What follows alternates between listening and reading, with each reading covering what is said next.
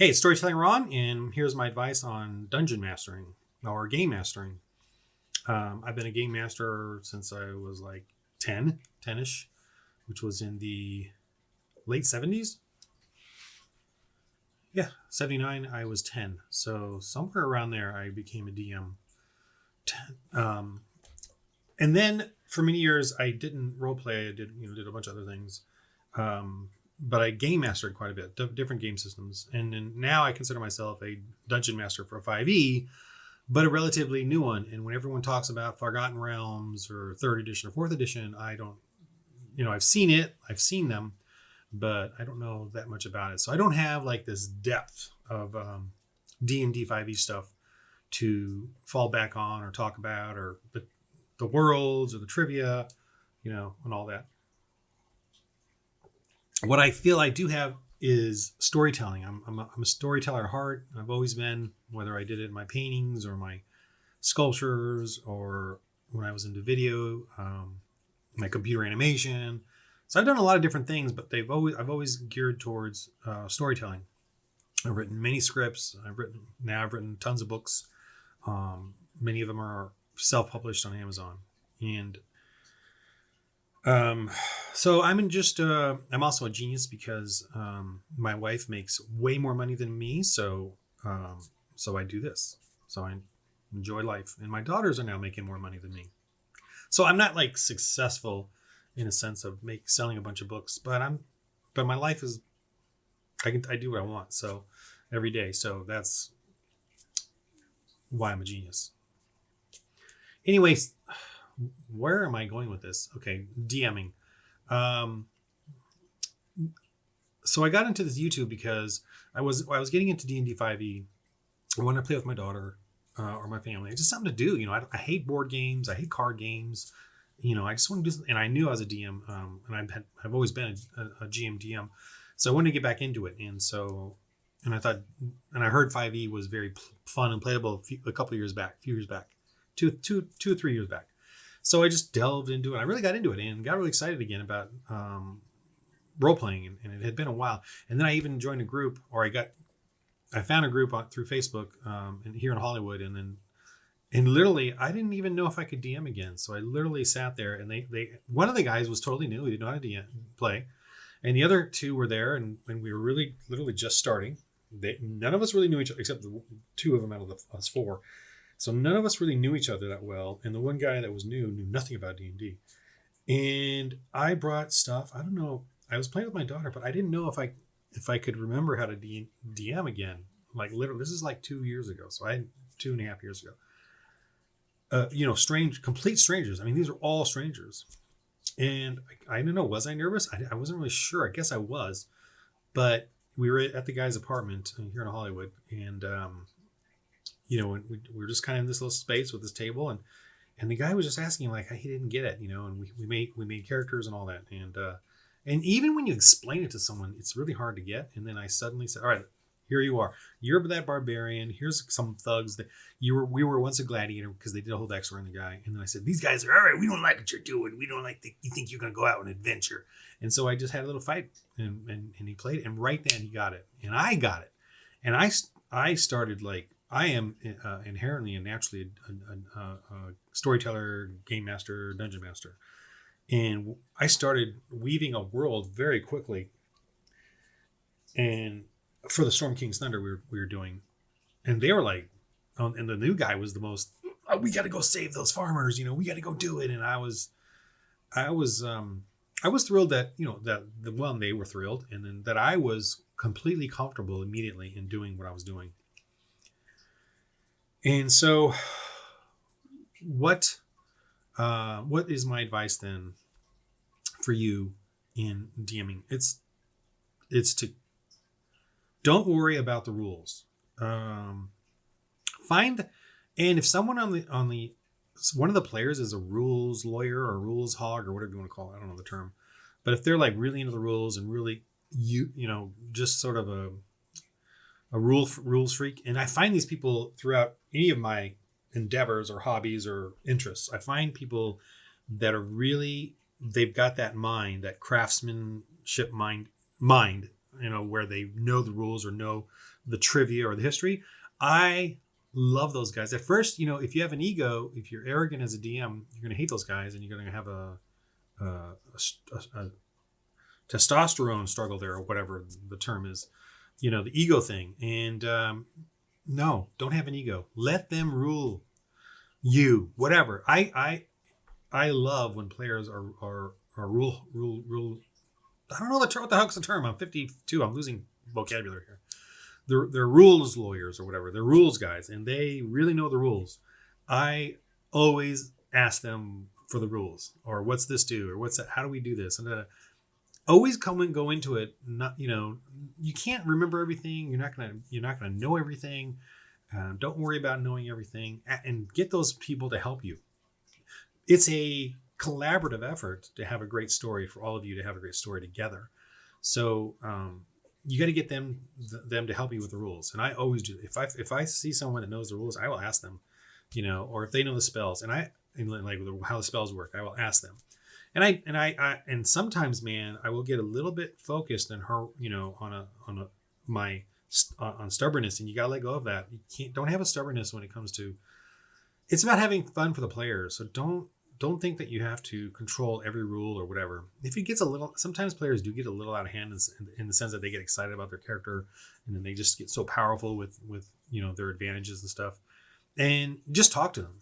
Just say, look, I think, I want you to have a powerful character, totally, but I think it's getting a little too much. You're dealing 50 hit points or 30 hit points of damage per turn, and everyone else is doing 10 or 15. So can we figure out a way, can we bring that down a notch or whatever? You gotta just as soon as you have an issue, just I wouldn't say though bring it up during the game, or at least bring it up at the beginning or end, not while you're playing. Let the play go and let it just happen, and then just bring it up at the beginning or end. And if you're not at the end, if you guys are tired and running, end it.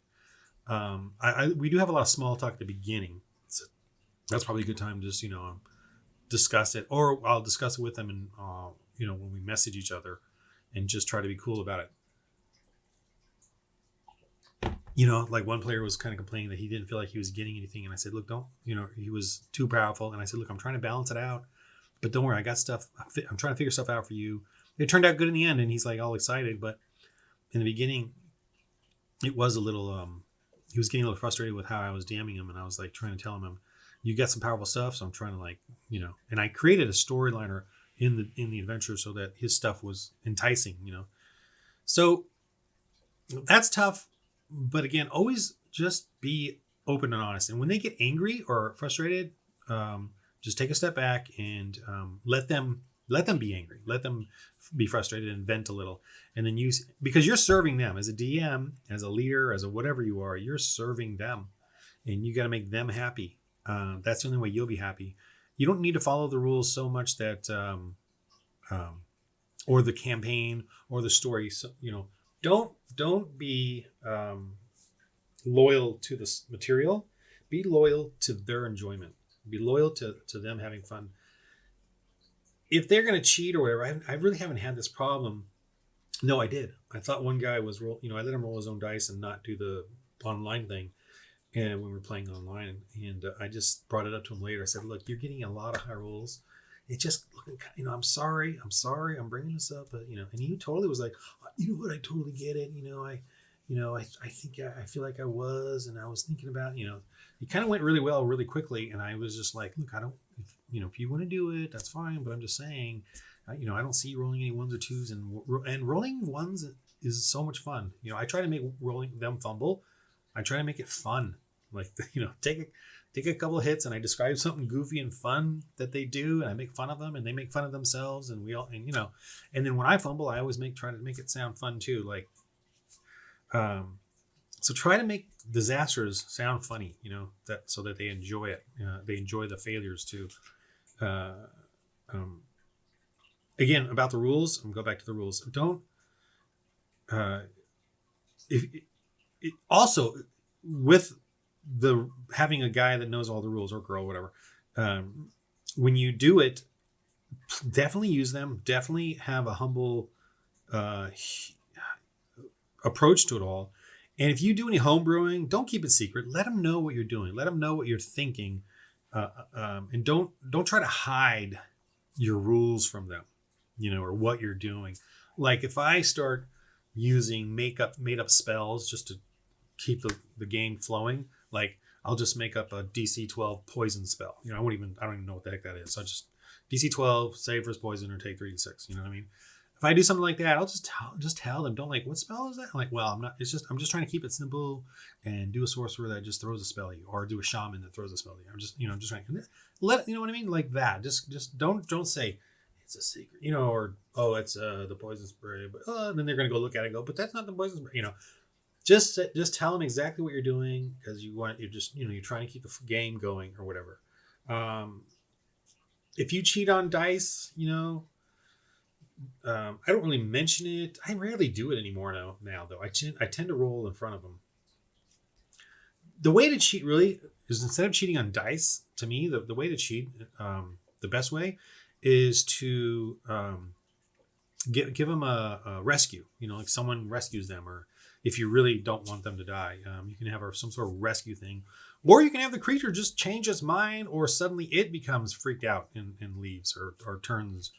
And you know what I mean? You don't have to, you can let the dice play out really horrifically and in front of them, but then you can easily have the creature just change its mind, or do something odd, or back off, for some reason. Like, they don't have to keep fighting. I mean, you literally don't have to. There's things like that.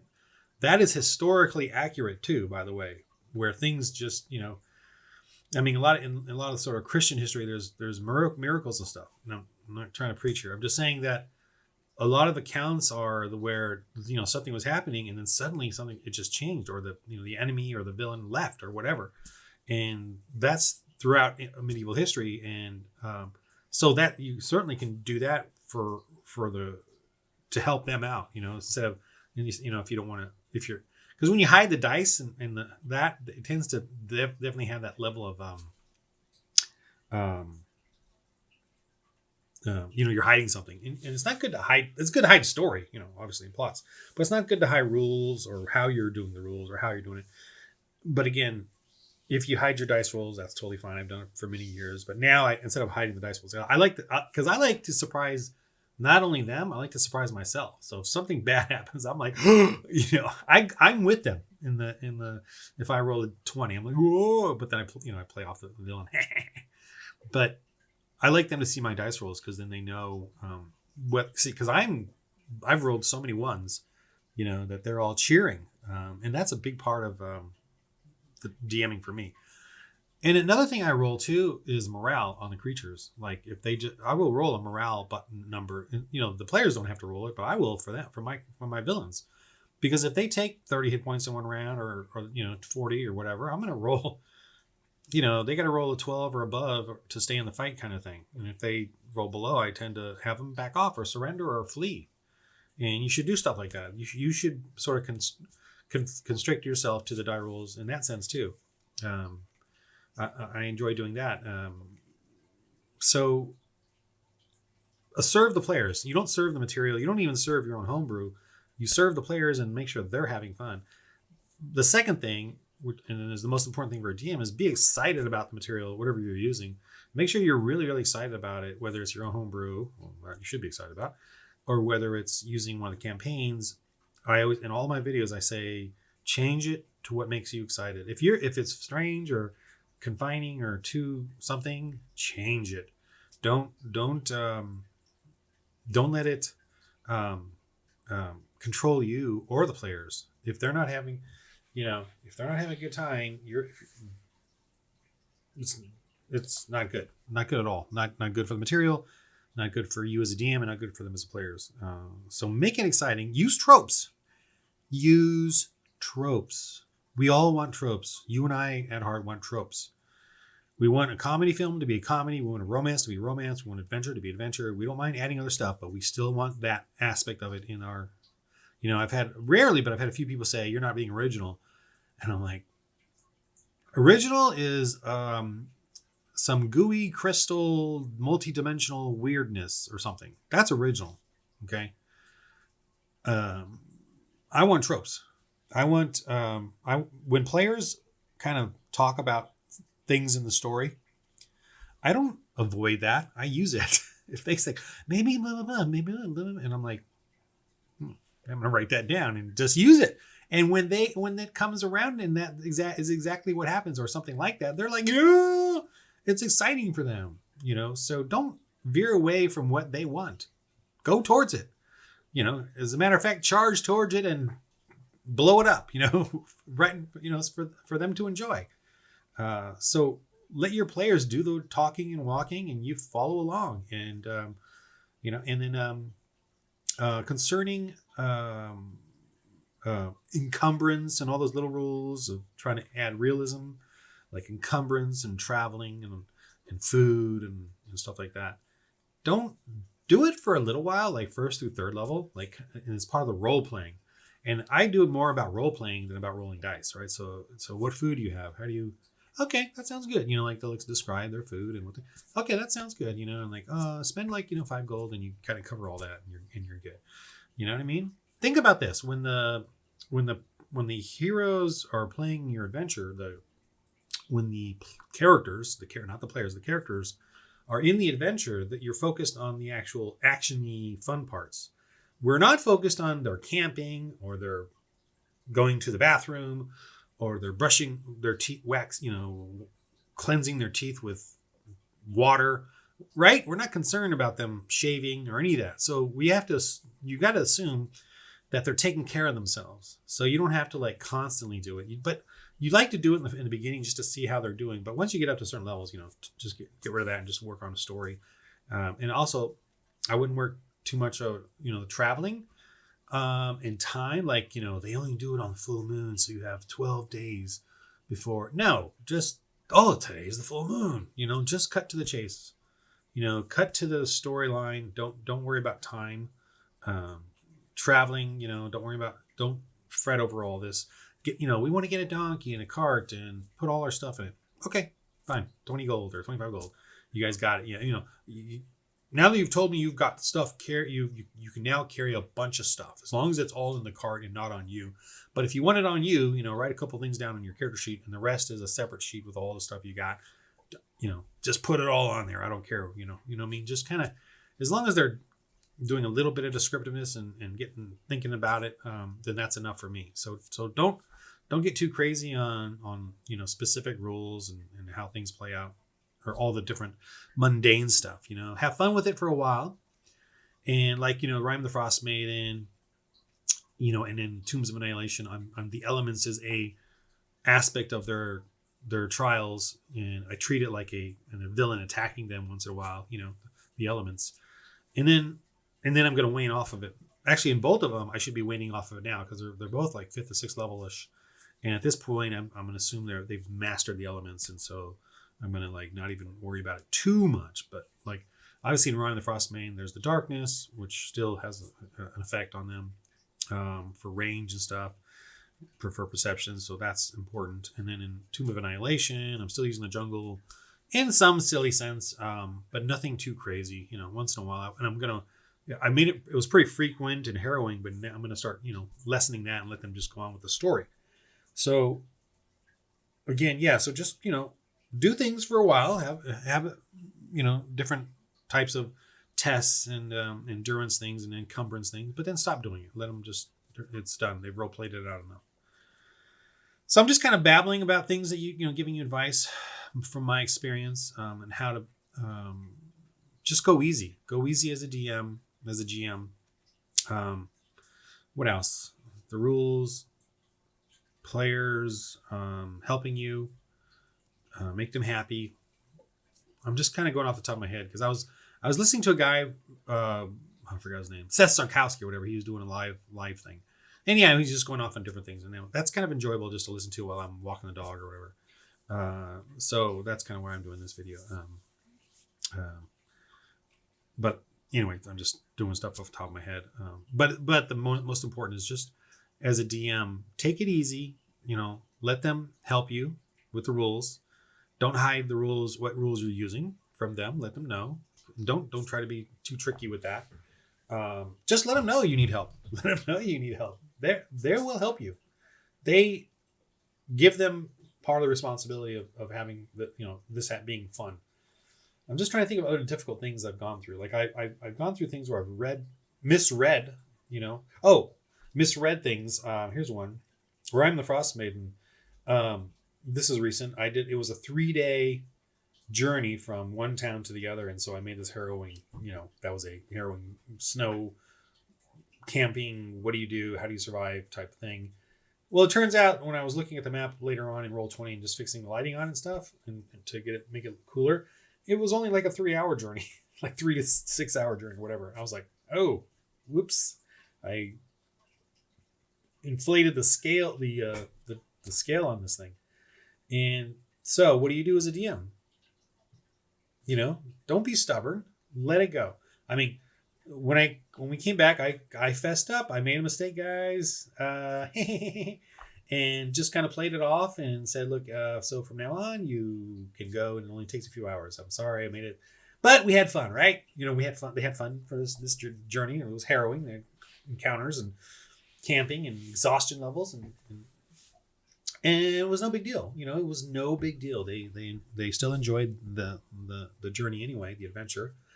But now they know they can go back and get their sled and they don't have to travel 2 days. They can just go for a couple hours and whatever. You know what I mean? It's like, oh well. So stuff like that. If you make mistakes, just own it quickly. Don't try to hide it. Don't hide anything from them. You're going to hide the plot and story, obviously, but don't hide the game mechanic stuff and the rules and then the scale, of the thing that, you might have messed up on. And there's times where I say, I need to rewind to this point and just let you know that this, and then come back to where we're at. You made a mistake, you forgot to tell them something, whatever. That I do that a lot too. So if you have, if that's an issue, do it. Just let them know what you're up to, and you'll get better as you go. And actually, to me, the getting better isn't that you don't make mistakes. The better is that you just own up to them. That's how you're better, because then there's no confusion. There's no like dismay or disdain. If there's dismay where they're unsure of what you just did and you're changing things, but they don't know why, that becomes dismay, which will then turn into disdain, right? Don't hide from them your mistakes. Let them know immediately that you made, if you made a mistake, or, okay, we need to, I think I've been doing the spell wrong, guys. Can we all figure this out? Do stuff like that immediately when you think something's going on. I mean, you may not want to do it during the game, or just tell them you think something's going on wrong. Well, let's figure it out though. But let's keep playing right now and we'll figure that out, afterwards. So remember, it's a collaboration. You're storytelling. You're all trying to have an experience together, including the DM. And you're not in control in the sense you're herding cats, but you're a cat yourself. You know what I mean? Kind of thing. So you're not. So as much as I'm the man behind the curtain, I want them to help me with that curtain. Can you get the rope over there? And I'm going to do this one and get ready. Here we go. So that's just my advice for you. And it's kind of a podcasty type of thing, but I'm putting it on YouTube because that's how simple I am. And just giving you some advice that I can think of off the top of my head, and hope this was helpful or enjoyable to listen to. That's it. Okay, I got things to do. All right.